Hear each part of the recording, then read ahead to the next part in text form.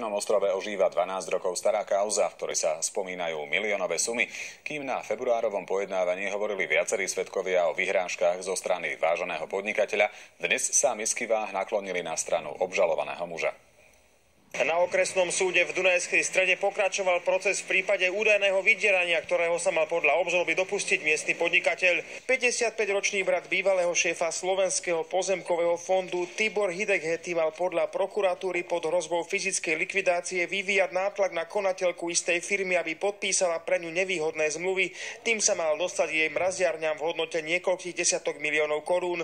Vinu však odmieta a poškodenú označuje za klamárku, ktorá ho vraj sama žiadala, aby odkúpil jej zadlženú spoločnosť a vyplatil pohľadávky. Keby si orgány činné v trestnom konaní robili svoju robotu, tak už dávno je po tejto celej afére. Obhajoba zdôraznila, že obžalovaný podnikateľ sa trestnému konaniu nikdy nevyhýbal a naopak zo strany poškodenej dochádzalo k mareniu konania. Pred súdom vypovedali 4 svedkovia. Najprv matrikárka, ktorá mala osvedčiť podpisy na zmluvách o predaji, ďalej sestra poškodenej, čo pracovala v jej bytunku, a tiež právnička, ktorá pripravovala spomínané zmluvy, a napokon aj šéf stavebnej firmy, ktorá zrealizovala výstavbu mraziarní. Všetci však popreli, že by boli svedkami vyhrážok zo strany obžalovaného podnikateľa.